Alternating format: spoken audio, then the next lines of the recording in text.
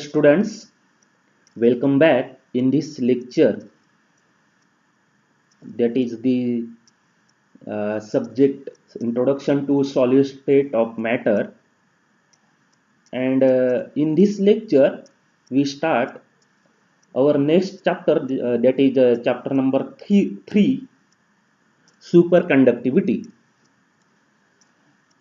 Dear student, in the previous lecture we finished second chapter, that is defects and non-stoichiometry.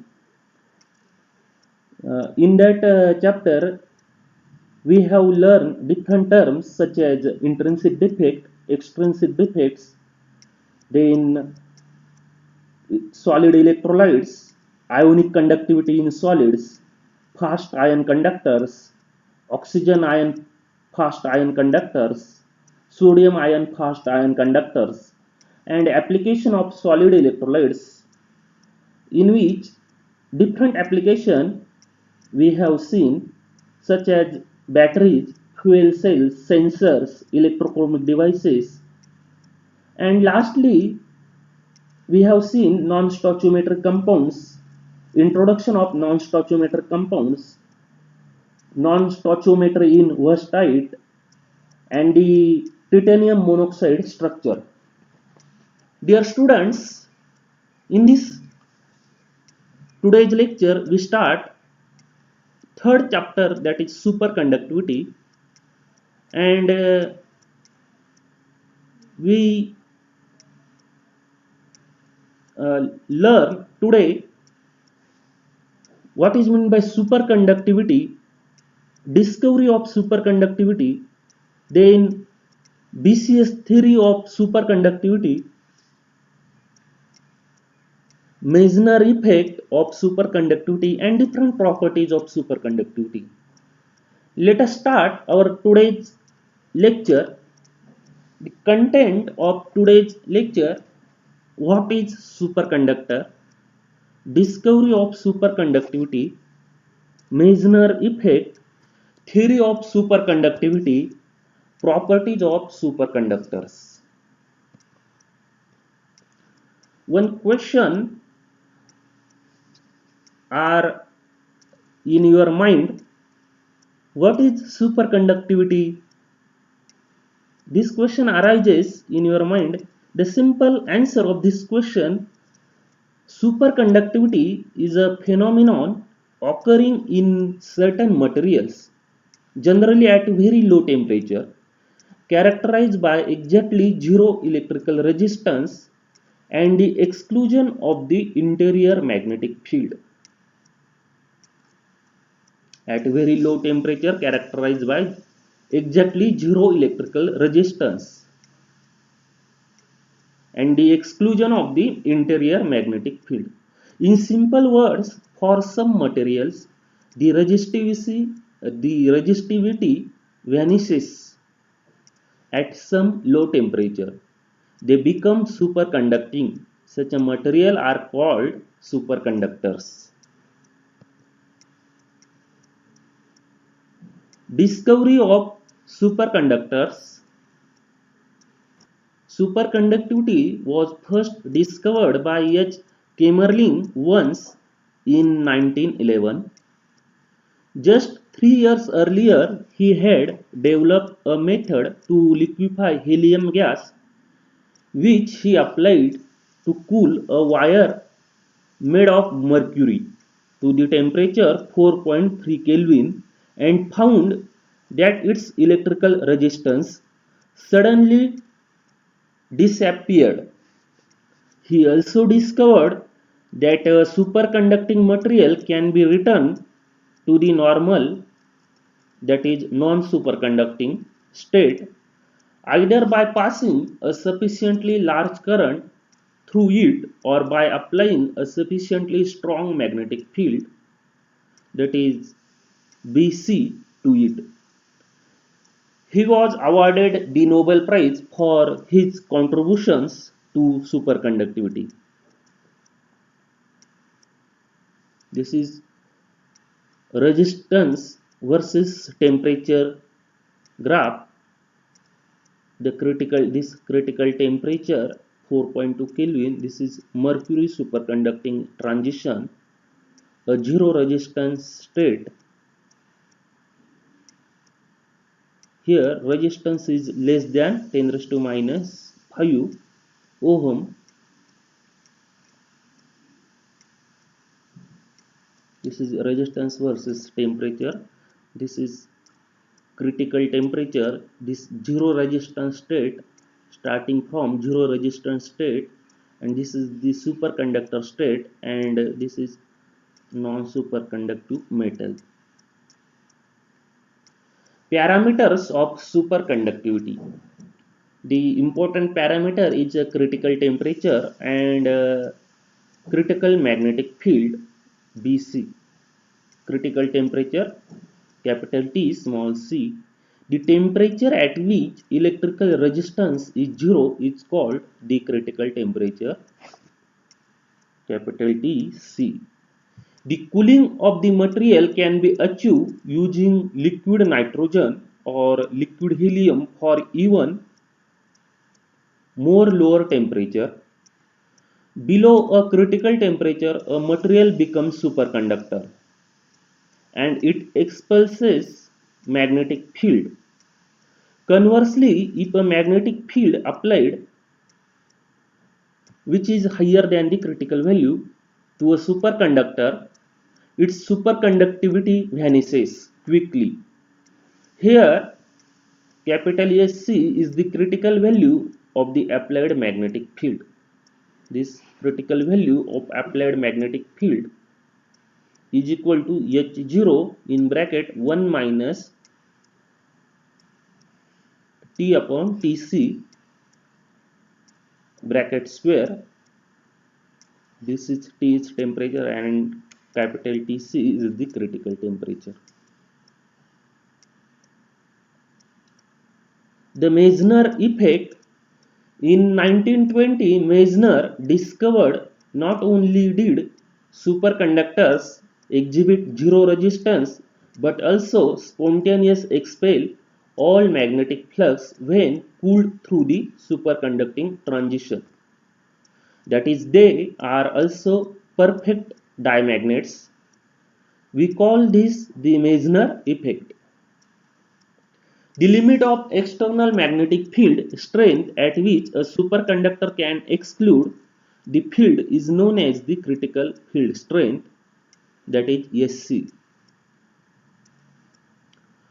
When a superconductor is placed in a weak external magnetic field H and cooled below its transition temperature, the magnetic field is ejected. The Meissner effect does not cause the field to be completely ejected, but instead the field penetrates the superconductor, but only to a very small distance, characterized by a parameter lambda called the London penetration depth, decaying exponentially to zero within the bulk of the material. The Meissner effect is a defining characteristic of superconductivity. For most superconductors, the London penetration depth is on the order of 100 nanometer. The Meissner effect must not be confused with Lenz's law del square H is equal to lambda per square H, where H is the magnetic field and lambda is the London penetration depth. This equation, which is known as the London equation, predicts that the magnetic field in a superconductor decays exponentially from whatever value it possesses at the surface. Meissner effect produces quantum levitation, which is a remarkable phenomenon of science. This is the normal state. By applying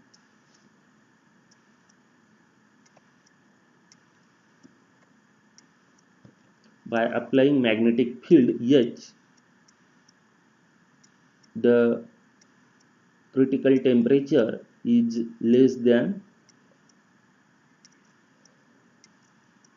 normal temperature, and if applied magnetic field, the critical temperature is greater than normal temperature. This is superconducting state. In case of superconducting state, the critical temperature is greater than normal temperature with applied magnetic field.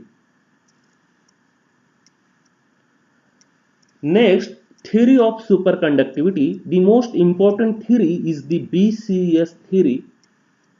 The BCS noun because of the three scientists Bardeen, Cooper and Creeper. In 1957, J. Bardeen, L. Cooper and R. Creeper set forth their theory known as the BCS theory, which for the first time explained almost all the properties of superconducting materials. Their work was recognized with the Nobel Prize for Physics in 1972. According to L. Cooper electrons. In superconductors can't flow individually, they bond into Cooper pairs and flow through the lattice.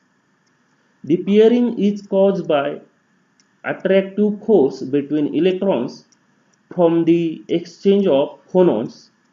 This pair of electrons behave like bosons and are completely different from usual electrons which are like fermions. The electrons in Cooper pairs have opposite spin, so net spin of Cooper pair is zero.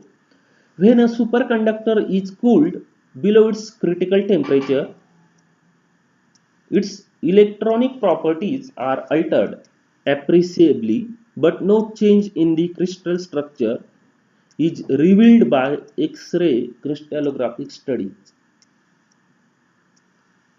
What is meant by Cooper pairs in BCS theory?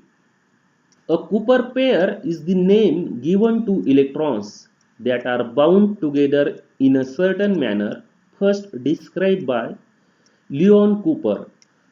In normal superconductors, the attraction is due to the electron interaction. The Cooper pair state forms the basis of the BCS theory of superconductivity.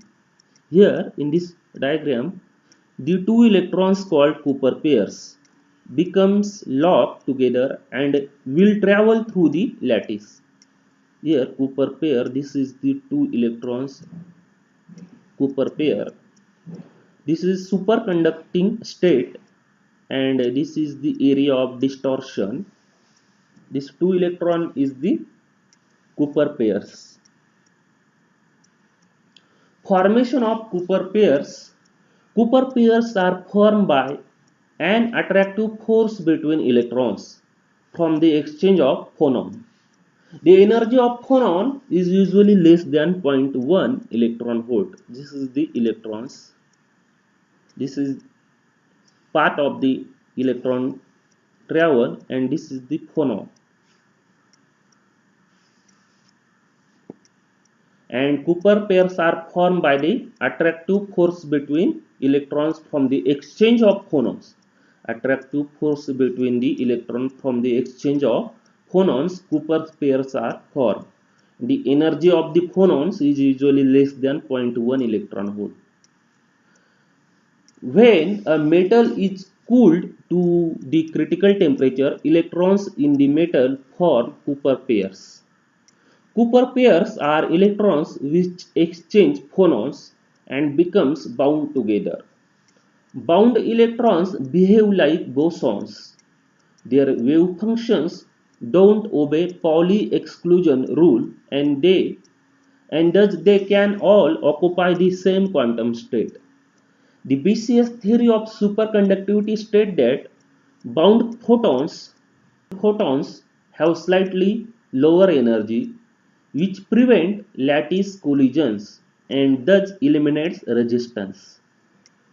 At long as K Kelvin temperature is less than binding energy, then a current can flow without dissipation.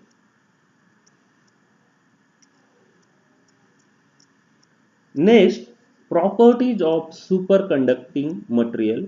First is Josephson effect. Josephson effect, when two superconductors are joined by a thin insulating layer, it is easier for the electron pair to pass from one superconductor to another without resistance. This is called the Josephson effect.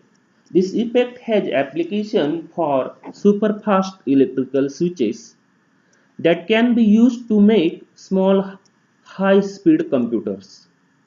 Next property is specific heat. A finite jump in the specific heat is observed at the critical temperature. In a superconducting phase, the electron resistance changes with the jump, while the energy undergoes a continuous variation. When the substance is cooled, its specific heat typically decreases, but at the critical temperature, it increases suddenly. Next important properties of superconducting state is superfluidity. This phenomenon was first observed in helium at temperature below 2.17 Kelvin. Helium at this temperature flows quite freely without any friction through any gaps and even small capillary tubes.